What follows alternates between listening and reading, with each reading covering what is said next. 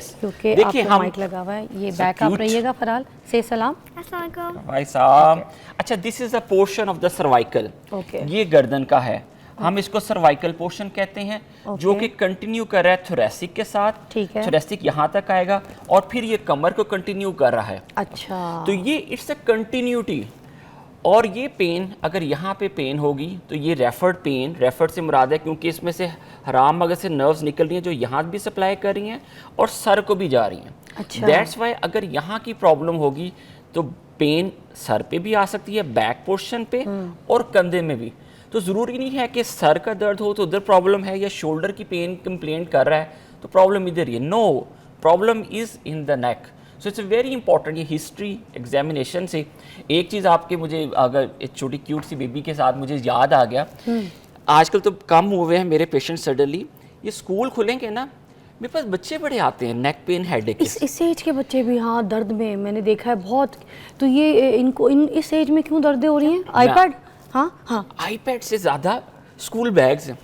ओ ठीक है मैंने सही कहा ना, school bag it's very heavy. कभी आप उठा के देखिए बच्चों के साथ जुल्म है वैसे, 7-7 8-8 किलो के 10-10 kg के हैं, 15-15 किलो 8-8 yes. किलो। और वो बच्चे क्या कर रहे थे, कंधे लटके हुए हैं और झुक के ऐसे चल रहे हैं क्योंकि वेट को करने की एंड दे स्ट्रेच। ये सारा पेन उनकी और उनकी ग्रोथ मुतासिर, हाइट मुतासिर होती है, headache, quality of life. Sir बच्चों की बॉडी भी यूं झुकी हुई, नॉट लाइक स्ट्रेट नहीं है, बॉडी लैंग्वेज ही कुछ नहीं है। What is this is because ऊपर निकले हुए। यस ये देखें मैंने आपको बताया बैग, इस आप यूरोप में देखें उन्होंने ख़त्म कर दिया। वहाँ कौन से बैग है, बुक्स 2-4 या आईपैड, वो भी उनकी क्लासेस में पड़े हुए होते हैं, इट्स नॉट एट होम। दूसरी चीज़ आजकल फिर मैंने बात की मोबाइल गेम्स टीवी, ये आर द फैक्टर्स। आजकल इंडोर गेम्स ज़्यादा हैं, आउटडोर गेम्स ही नहीं है, एक्टिविटी नहीं है बिकॉज ऑफ मेनी रीजंस। तो बच्चे आजकल बड़े मुतासिर हैं जिसको हम इग्नोर कर जाते हैं। बच्चों की कैपेसिटी ज़्यादा है बियर करने की, लेकिन ये बच्चों के साथ मैं आपको बताया अभी ये छुट्टियां है ना तो ज़रा मेरे कम हो गया, मेरे पास बच्चे आना शुरू हो गए। हाय हाय हाय सर बैठिएगा। अब ये जो बच्चे आपके पास आते हैं इनको फिर किस तरीके की थेरेपीज़ और एक्सरसाइजेज जो हैं आप रेकमेंड करते हैं? क्योंकि देखिए जब बड़ा इतना सीवियर पेन जो है वो बर्दाश्त नहीं कर सक रहा और आपने कहा है कि ये बहुत डेंजर कॉज हो जाता है, तो फिर ये जो छोटे छोटे बच्चे हैं जिनको अब ये सारी मसाइल जो है फेस करनी पड़ी इतनी छोटी उम्र में, उनके लिए जो सॉल्यूशंस हैं वो प्लीज़ ब्रेक के बाद बताइएगा। ठीक है, take a break.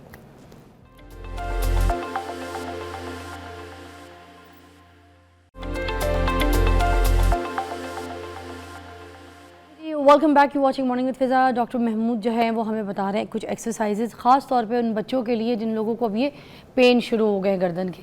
Ji sir, pen बता के जो आपने एक्सरसाइजेज बताए थे वो प्लीज़ सिखाइएगा ज़रा। एक्सरसाइज देखिए मैं 2-3 आपको एक्सरसाइज बताऊं। हाँ ये तो that's very nice, come on for.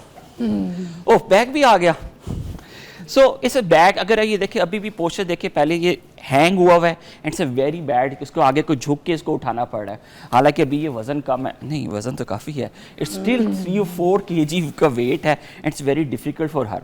हम तो पहली चीज़ तो हम तो वेट तो कम करें ना, हम तो ऑलवेज़ कोशिश करें कि जो स्कूल में जाती हैं वेट खुद कैरी करें, बच्चों की ग्रोथ ताकि मुतासिर ना हो, इफेक्ट हो। नंबर 2 श्रगिंग, शोल्डर को ऐसे ऊपर उठाना एंड सस्टेन रखें। 1 2 3 4 5 6 7 8 9 10 छोड़ दें।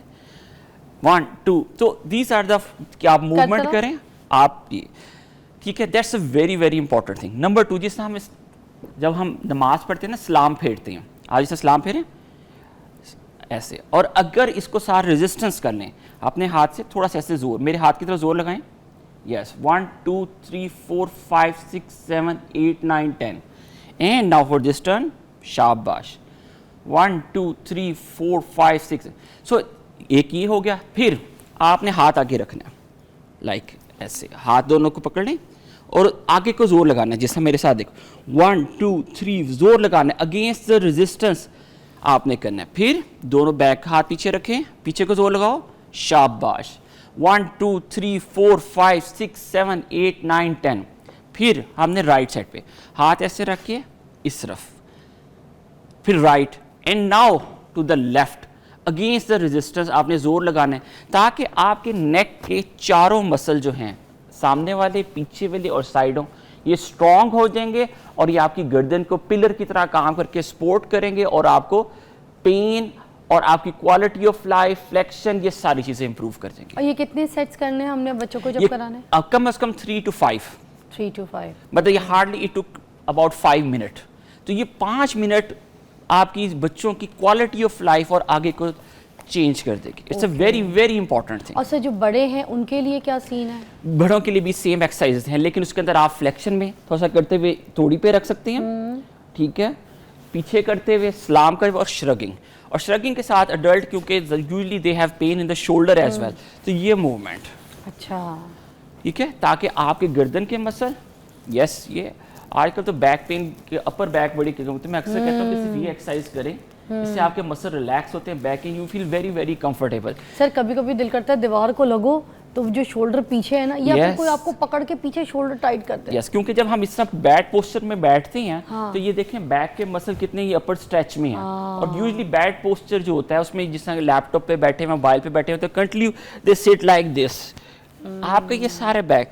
तो जब आप कंफर्टेबल के पीछे ये एक्सरसाइज करते हैं, you feel much much comfortable और आपकी मसल रिलैक्स होता है, ब्लड फ्लो बढ़ जाता है, उसमें ग्लूकोज, एंटीऑक्सीडेंट्स जाते हैं और मसल रिलैक्स होते हैं, यू फील कंफर्टेबल।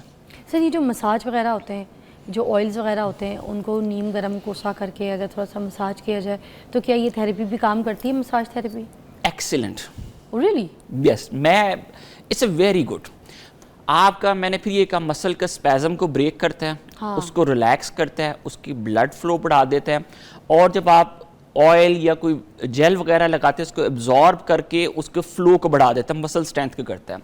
एंड मैं आपको बिलीव मी, ये जो मसाज एक्टिविटीज़ है ये अबाउट 60 to 70% इट वर्क्स। आपके सिर्फ मसाज करने से ही फॉर द टाइमिंग पहले सेटल होता है, लेकिन आपकी जो डिजीज़ की या जो सिम्टम्स हैं जो 7 डेज से ये 2-3 डेज पे ले आता है। तो इट्स रियली वर्क। ये हम शायद सम टाइम ले जाते हैं उसको कि some people took it as a negative, लेकिन जो रियलिटी है इट रियली वर्क्स और पेशेंट को बहुत बेनिफिट मिलता है। अच्छा, अभी जो मसल पेन के लिए जो मेडिसिन आती हैं बाज़ार में, मोस्टली तो लोग ये करते हैं कि किसी फार्मेसी में जाते हैं और वहाँ पे जिनको बोलते हैं कि भाई हमारे तो पट्टे तंग हैं, तो चढ़ गए आपस में, तो मुझे इसकी जो है ना मसल पेन की कोई गोली बना दो। वो 3-4 कोई दवाइयों को मिक्स करता है, कहता है आपने 2 दिन लेनी है, आपने 3 दिन लेनी। अच्छा, उससे आती भी है आराम, ऐसा नहीं है, मसल्स भी रिलैक्स हो जाते हैं, पेन भी थोड़ी देर के लिए रिलीफ हो जाता है। तो ये वाली चीज़ें कोई साइड इफ़ेक्ट भी करती हैं जाके क्या? आपने बिल्कुल सही कहा, ये बड़ी रूटीन है हमारे प्रैक्टिस में, लेकिन ये लोग बिल्कुल प्रेजेंट करते हैं। लेकिन हमारे पास आते हैं, इनमें से अगर 10 गए हैं, 10 में से 2 पेशेंट आते ज़रूर है हमारे पास विद किडनी फेलियर।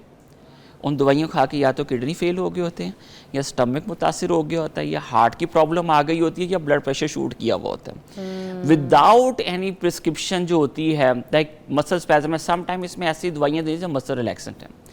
फार्मासिस्ट ऐसी दवाइयाँ देते हैं जिनके साइड इफ़ेक्ट ज़्यादा होते हैं, बेनिफिट कम होता है, और आप लॉन्ग टर्म खाते हैं, आइडिया आपको होता नहीं है, और पेशेंट प्रेजेंट एक प्रॉब्लम से निकलता है और पता लगता है कि आपके किडनी फेल हो गए हैं और अब वो डायलिसिस की बातें हो रही हैं। सर कितने टाइम के बाद ये इश्यूज आना शुरू हो जाते हैं अगर कोई इस तरह की चीज़ों को, दवाइयों को जो है ना अपने लिए एक सोल्यूशन समझे और खाता रहे, तो ये कितने टाइम में इस तरह से डेंजर हो सकता है किसी बंदे को kidney? More than 5 to 7 days से ज़्यादा कोई भी खाए ना, उसमें अबाउट 80% चांस है कि उसकी या तो गैस्ट्राइटिस के साथ, या किडनी की प्रॉब्लम, या हार्ट प्रॉब्लम के साथ आ सकता है।